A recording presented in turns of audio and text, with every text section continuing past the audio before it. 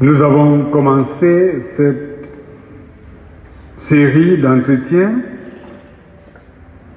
et nous avons dit appel à la reconstruction de la famille. Ce matin, nous nous intéressons au rôle des frères et sœurs. Appel à la reconstruction de la famille. Le rôle des frères et sœurs. Le texte de 2 Samuel 13 que nous avons lu ensemble nous met dans la famille de David. Nous sommes au palais royal. David est désormais assis sur le trône depuis plusieurs années. Il a des femmes, des épouses, pour mieux dire. Il a des épouses et des enfants. Nous sommes donc dans un ménage polygynique, un ménage à plusieurs femmes, à plusieurs épouses. Et comme cela s'est arrivé souvent,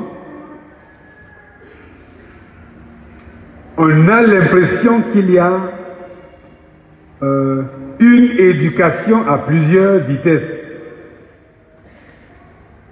Les enfants de la maison reçoivent une éducation séparée.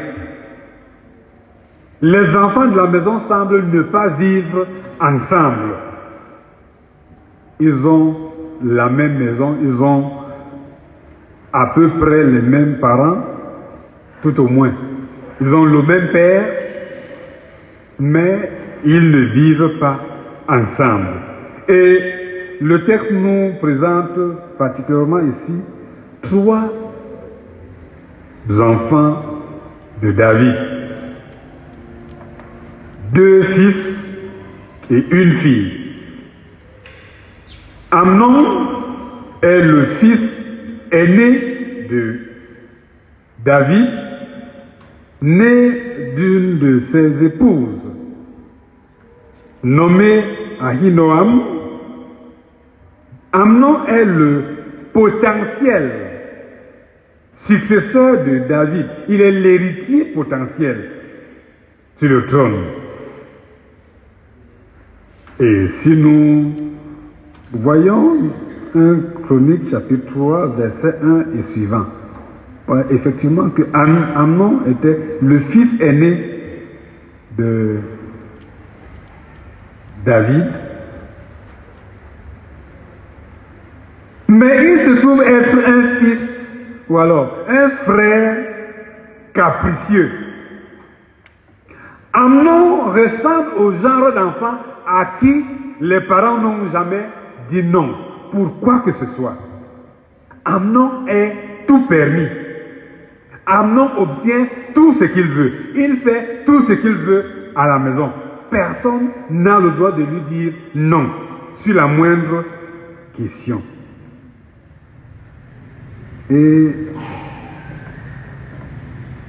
Amnon est également un fils désœuvré, un fils à papa. L'enfant chouchouté qui ne fait rien à la maison, mais pour qui tout le monde fait tout.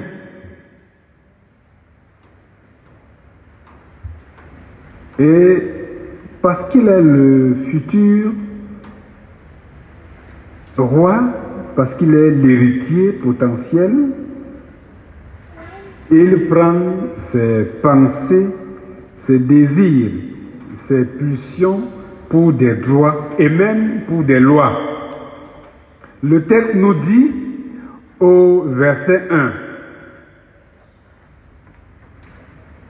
Absalom, fils de David, avait une sœur qui était belle et qui s'appelait Tamar. Et Amnon, fils de David, l'aima. Amnon, fils de David, l'aima. De quel amour Amnon, fils de David, aime-t-il sa sœur Tamar? Parce que, au verset 2, il est clairement dit, Amnon était tourmenté jusqu'à se rendre malade à cause de Tamar, sa sœur. Nous reviendrons plus tard sur cette expression, sur cette désignation de Tamar en tant que sœur d'Amnon. De quel amour l'aimait-il? J'imagine facilement ce genre d'amour. D'ailleurs, dans certaines versions de la Bible en français, on ne dit pas que Amnon aima Tamar. On dit que Amnon tomba amoureux de Tamar. Amnon tomba amoureux de sa sœur. Et je me suis souvent demandé, ça veut dire quoi, tomber amoureux? Jeunes gens, dites-moi un peu, ça veut dire quoi, tomber amoureux? C'est-à-dire qu'en marchant en route là, on trébuche sur une pierre et on tombe amoureux, c'est ça? Ou bien on glisse sur une peau de banane et on tombe amoureux. Je crois que le français lui-même a besoin de se corriger un peu. Si tomber amoureux, c'est vraiment tomber, c'est très dangereux. C'est vraiment dangereux. L'amour n'est pas quelque chose comme ça où on tombe. Si vous tombez amoureux, vous pouvez vous casser amoureux. Oui. Vous pouvez tomber amoureux et vous vous blessez amoureux parce que vous êtes tombé. La preuve, le texte nous montre justement que Amnon est tombé amoureux et il est devenu malade amoureux. Ce n'est plus donc l'amour sain. C'est un amour maladif.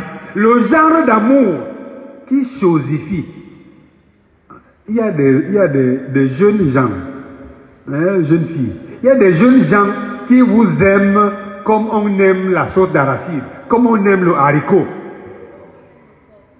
Il y a des jeunes filles qui aiment les garçons comme on aime les biscuits. Ça signifie quoi, aimer les biscuits, aimer la sauce d'arachide? Est-ce que vous pouvez imaginer une amitié entre un homme et une sauce d'arachide? Le résultat, c'est simplement que la sauce d'arachide est mangée. C'est fini. Il n'y a rien d'autre à attendre. Et quand la sauce d'arachide est mangée, la suite, c'est là-bas où on n'aime pas être vu.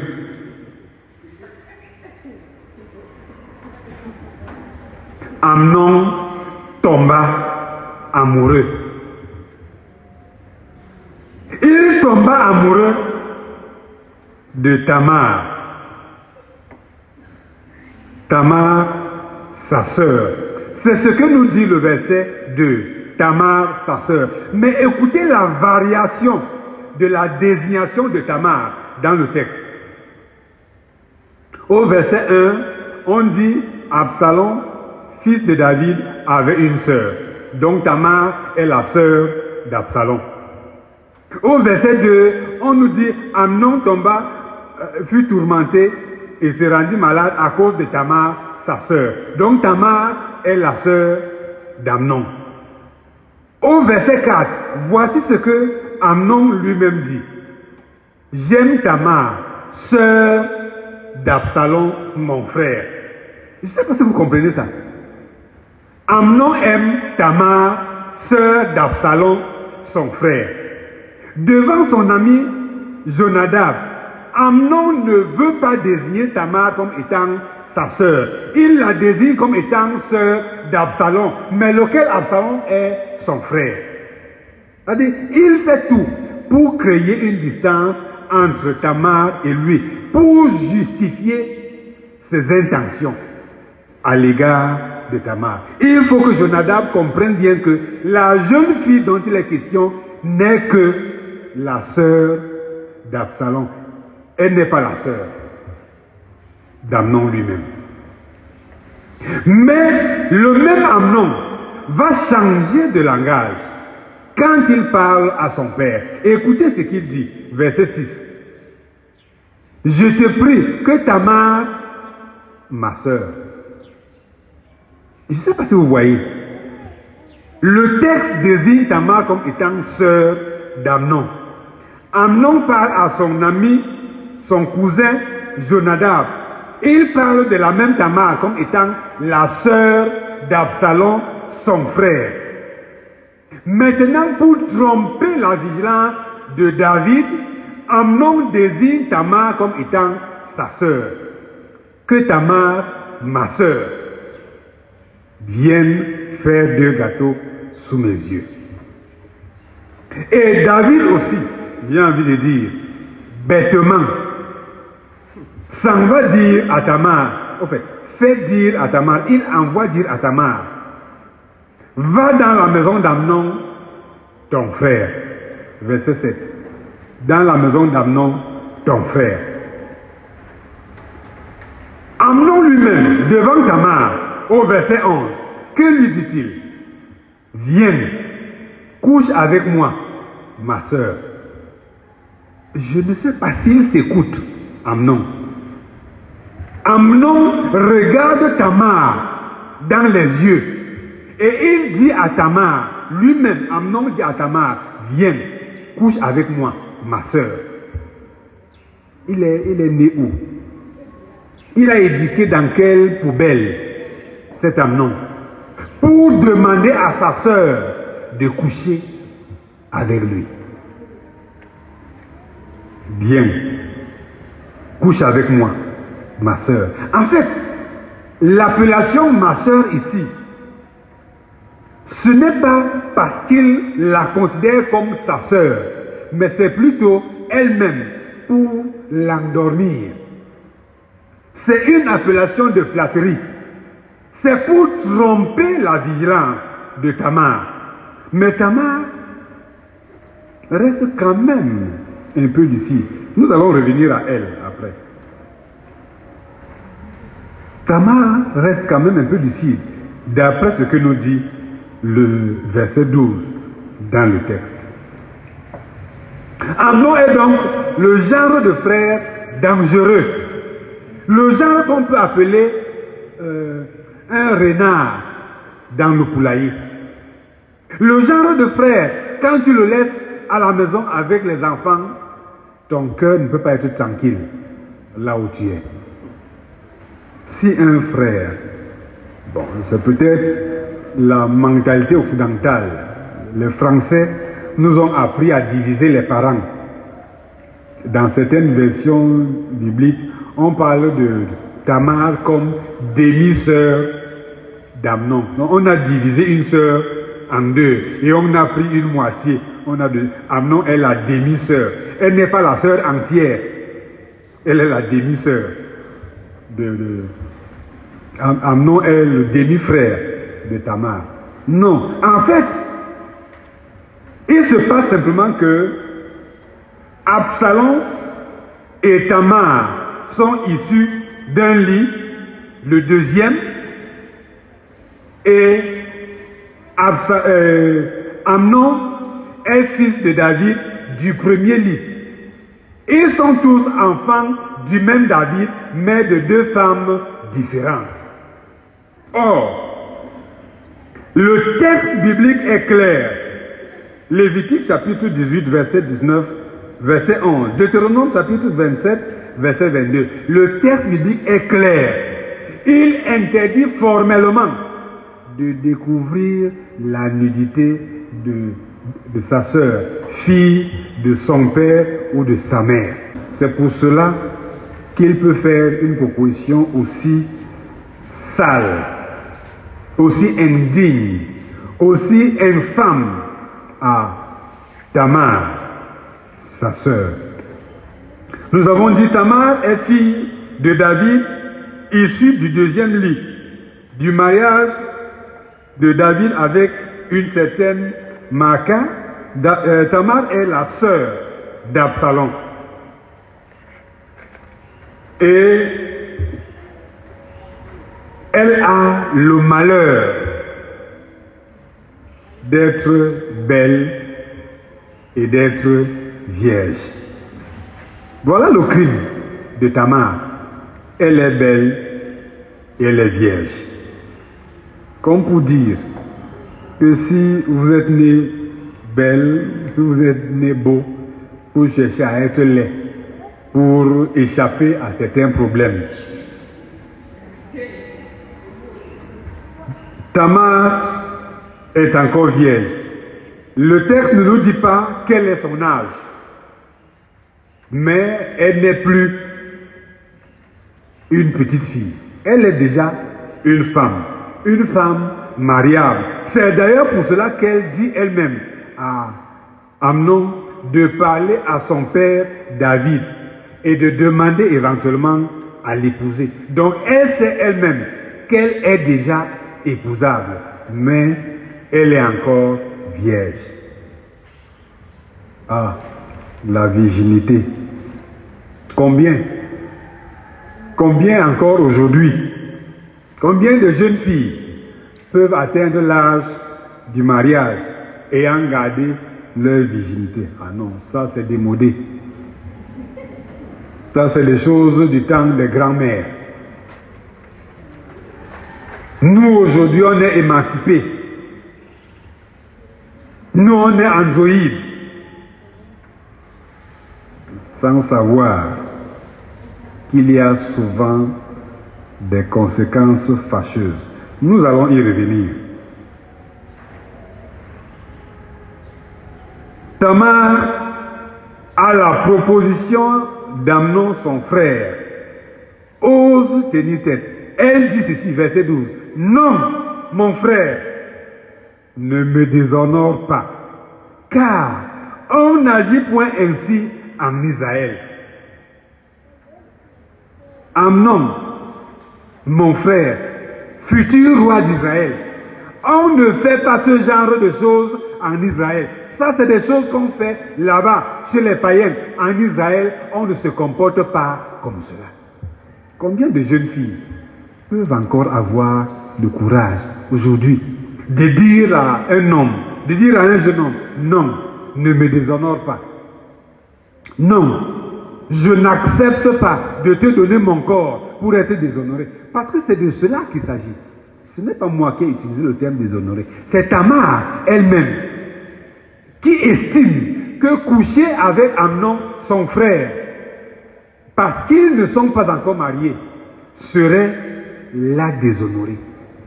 Elle considère que c'est un déshonneur pour elle. Combien de jeunes filles peuvent encore le considérer aujourd'hui? Oh, c'est peut-être les avantages liés au poste. Il faut mettre en valeur sa beauté et il faut en tirer tous les profits possibles. Il faut faire valoir ses arguments naturels.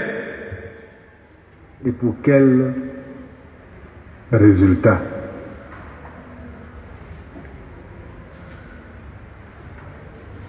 Le tort de Tamar, l'autre tort de Tamar dans le texte, c'est que la porte est en train de se faire, l'étau est en train de se resserrer progressivement autour d'elle, mais elle semble ne pas voir.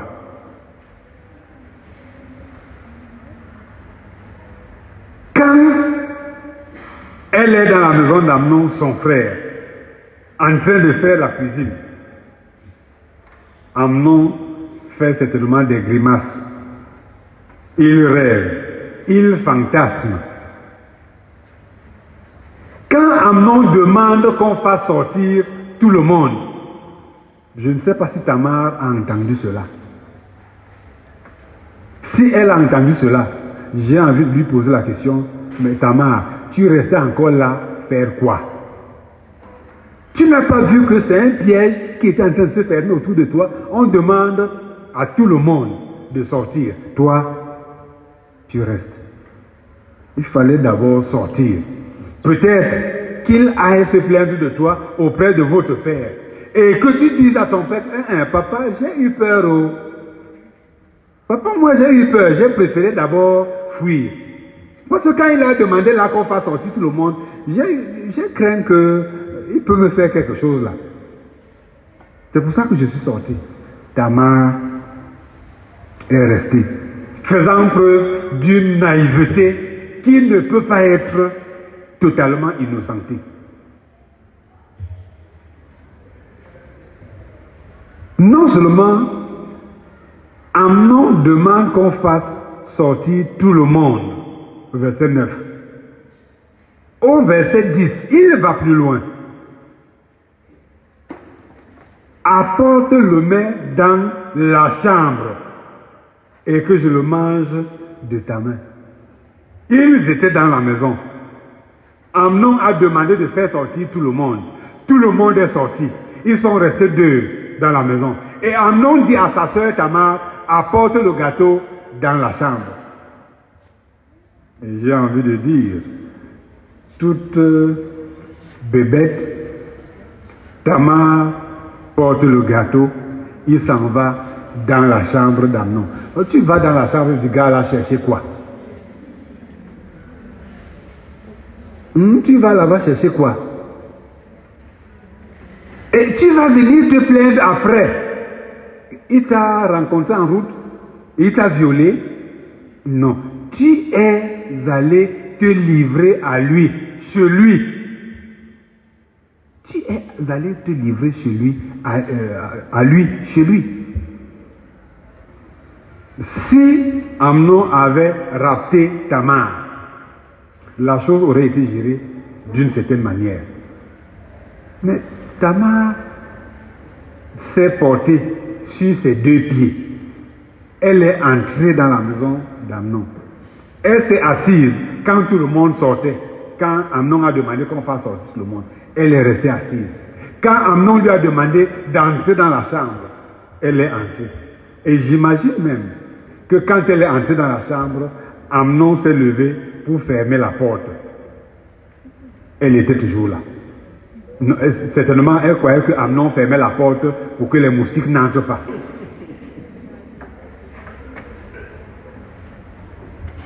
Sinon, pourquoi est-elle restée tranquille jusqu'à ce moment-là? Je parle de tout ça, je pose toutes ces questions, je relève tous ces détails pour que les jeunes filles qui sont ici dans la salle écoutent et pour qu'elles réfléchissent, pour qu'elles ne reviennent plus souvent nous raconter ce genre d'histoire où on a l'impression que, pour parler comme au quartier, on leur a mangé le cerveau. Non, mais entre nous, toi-même, quand ça se passe comme ça, tu penses que la suite, c'est quoi? Non, la suite ne peut être que celle-là. Amnon a violé Tamar, sa sœur, dans le palais royal. Rappelez-vous au verset 1. Amnon, fils de David, l'aima. Il aima Tamar. Et je vous ai demandé tout à l'heure, il s'agit de quel amour? Maintenant, au verset 15, le texte nous dit, puis Amnon eut pour elle une forte aversion, plus forte que n'avait été son amour. Amnon a goûté. Il a assouvi son appétit animal. Elle lui sert encore à quoi? Nous rencontrons ici maintenant une autre variation dans la désignation de Tamar. Souvenez-vous, au début, on a désigné Tamar comme étant sœur d'Absalom. Au deuxième verset, on dit Amnon fut tourmenté à cause de Tamar, sa sœur. Amnon lui-même parle de Tamar comme étant sœur d'Absalom, son frère. Il parle à son père de Tamar comme étant sa sœur. Il parle à Tamar elle-même en s'adressant à elle comme étant sa sœur. Maintenant, au verset 17, que dit Amnon? Qu'on éloigne de moi cette femme. Qu'on éloigne de moi cette femme. Il ne connaît même plus son nom. En tout cas, il ne veut même plus prononcer son nom. elle est devenue cette femme. Un peu comme tu vas devenir cette fille, la fille là. C'est comme ça que ce garçon va te désigner, la fille là. Parce que il n'y a plus rien. Tu es simplement une fille là, parmi toutes les autres sur sa liste. Tu es peut-être le numéro 45 ou le numéro 74, parce qu'il a une liste. Et sur cette liste, il n'y a ni ta photo, ni même ton nom à peine. C'est juste un numéro. Peut-être que ce ne sont même pas les numéros, peut-être que c'est les carreaux qu'il trace. Quand tu es passé, il a ajouté un trait pour former un carreau. Donc quand il revient faire ses décomptes, c'est les carreaux qu'il compte. Il sait qu'il est déjà à 70. Tu es la 20e, la 30e, la 70e, ça lui importe peu. Il parle de cette femme. Pourtant, il s'est adressé à Jonadab, parlant de Tamar, sœur d'Absalom, son frère. Il a parlé au roi David en lui disant que Tamar, ma sœur. Maintenant, il parle de cette femme. Vous comprenez qu'il ne l'appelle même pas cette fille. Il ne l'appelle pas cette fille, il l'appelle cette femme.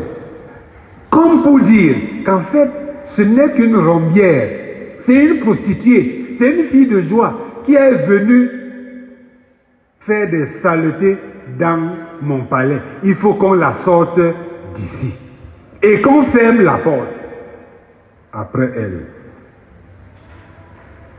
Tamar n'a plus que ses yeux pour pleurer.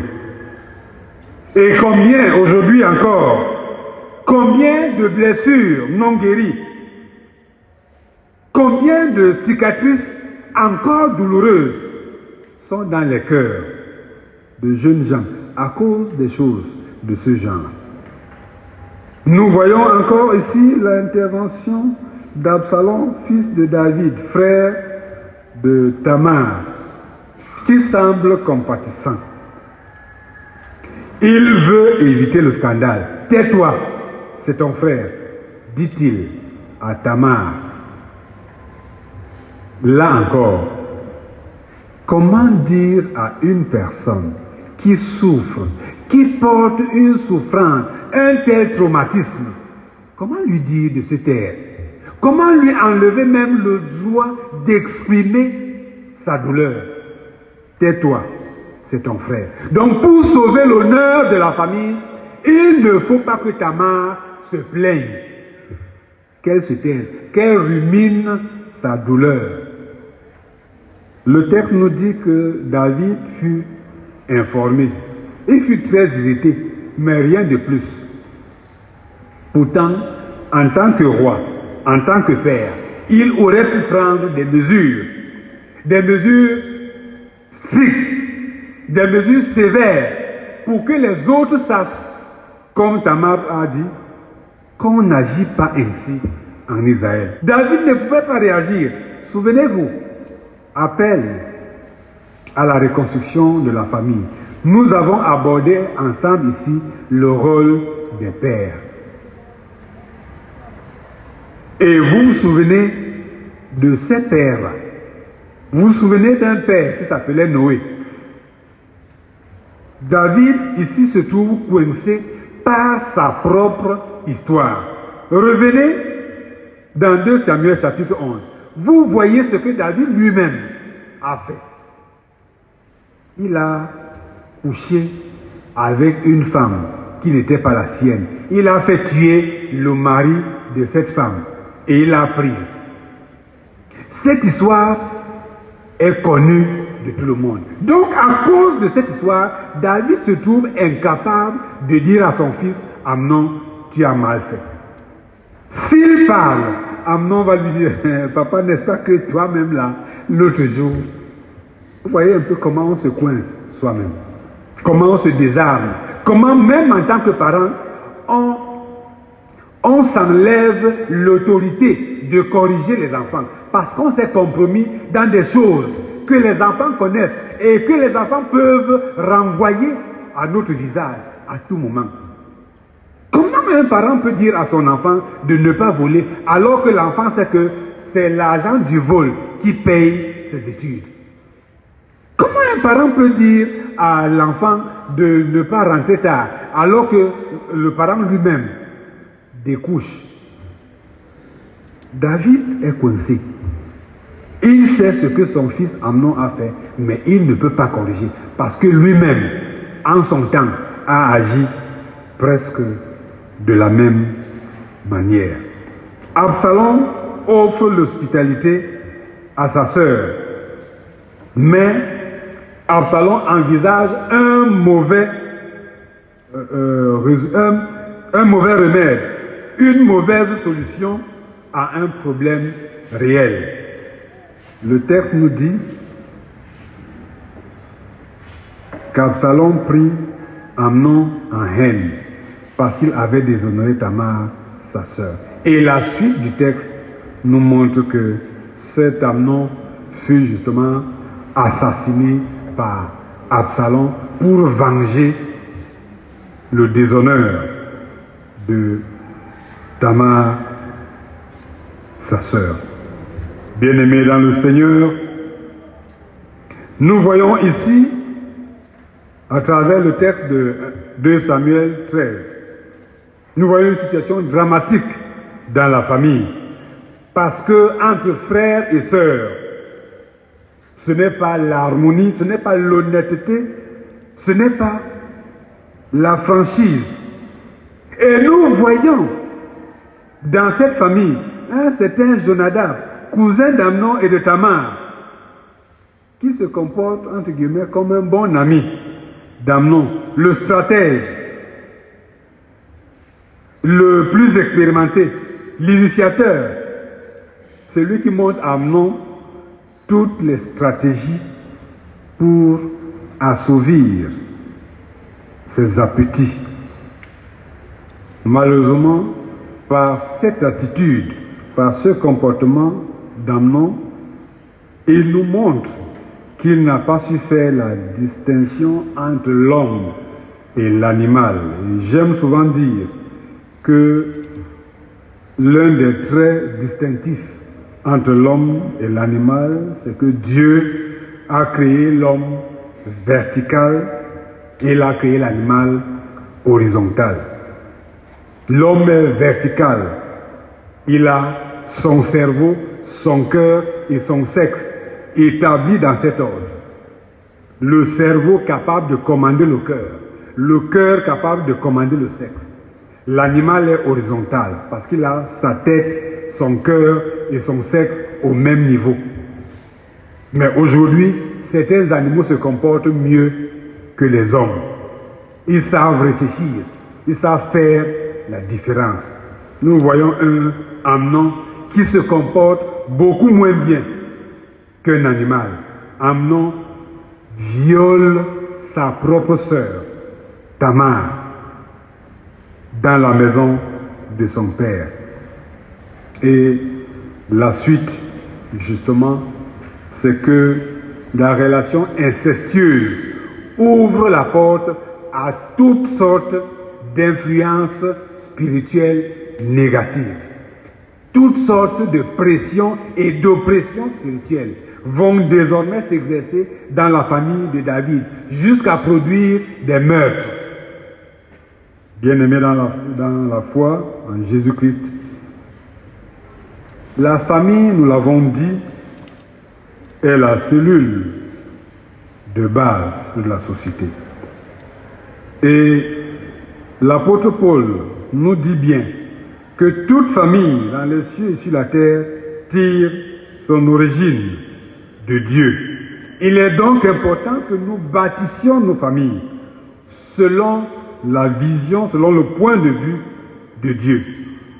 Et dans la deuxième épître à Timothée, au chapitre 2, verset 22 que nous avons lu, l'apôtre Paul exhorte le jeune Timothée à fuir les passions de la jeunesse à rechercher la justice, la foi, la charité et la paix, avec ceux qui invoquent le Seigneur d'un cœur pur. Vous pouvez avoir un frère, un cousin, une sœur, qui ne recherche pas la justice, la foi, la charité, la paix. Vous pouvez avoir un frère, une sœur, qui n'invoque pas le Seigneur d'un cœur pur. Alors ce frère, cette sœur devient un danger pour vous et pour toute la famille. Il faut savoir le tenir à l'œil. Il faut savoir rester sur vos gardes. Quand vous avez un frère ou une sœur qui n'invoque pas le Seigneur d'un cœur pur. Parce que c'est lui qui fait entrer dans la famille toutes les présences, toutes les manifestations nocives. Parce que c'est lui qui est la porte ouverte à travers laquelle la famille subit les influences négatives. Voilà pourquoi il est bon, en tant que famille, il est bon qu'on se mette ensemble à la recherche de la face du Seigneur. Il est bon, en tant que famille, on s'encourage mutuellement à croire et à craindre Dieu et à lui obéir en toutes choses. L'Église presbytérienne camerounaise, le synode Babimbi, le consistoire Sanyambe, la paroisse Sikem, la chapelle francophone sera ce que nous aurons voulu, parce que nous aurons soit bâti des familles stables, des familles qui craignent Dieu, des familles qui célèbrent la grandeur de Dieu, des familles qui se soumettent à Dieu. Ou alors, nous aurons bâti des familles où chacun est libre de faire ce qu'il veut, comme il veut et quand il veut. Alors, salut les dégâts. Appel à la reconstruction de la famille. Ce matin, nous avons abordé le rôle des frères et sœurs. Puisse le Seigneur nous aider lui-même à être les uns pour les autres, ces frères et sœurs qui encouragent, ces frères et sœurs qui respectent, ces frères et sœurs qui soutiennent dans la foi, pour que toute la gloire revienne à lui seul, au nom de Jésus-Christ. Amen. Le Seigneur Jésus-Christ nous a donné la recommandation d'aller faire de toutes les nations ici. Tu veux donc t'inscrire au discipulat et marcher à la suite de Jésus-Christ. Sache que c'est un chemin pas facile, mais c'est un chemin sur lequel le Seigneur lui a promis d'être avec nous tous les jours jusqu'à la fin du monde. Et la carte que nous allons te donner ce matin va être le témoignage pour toi chaque dimanche. Parce que le premier examen auquel tu es soumis, c'est celui de la régularité, de la présence régulière. Chaque dimanche, à la sortie du culte, tu vois le catéchisme. Il met la date et il vise pour attester que tu étais là. Si tu es absentéiste, tu as déjà échoué. On s'est bien compris, n'est-ce pas?